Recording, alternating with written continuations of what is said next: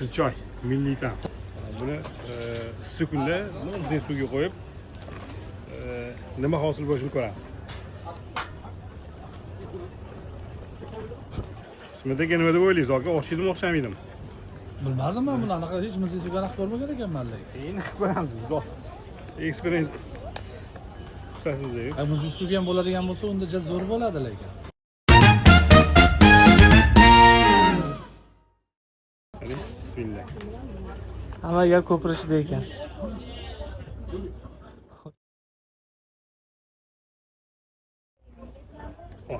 O'zgacha narsa bo'lagan ekan, Doniyor. Bitta ko'rish tavsiya qilaman lekin.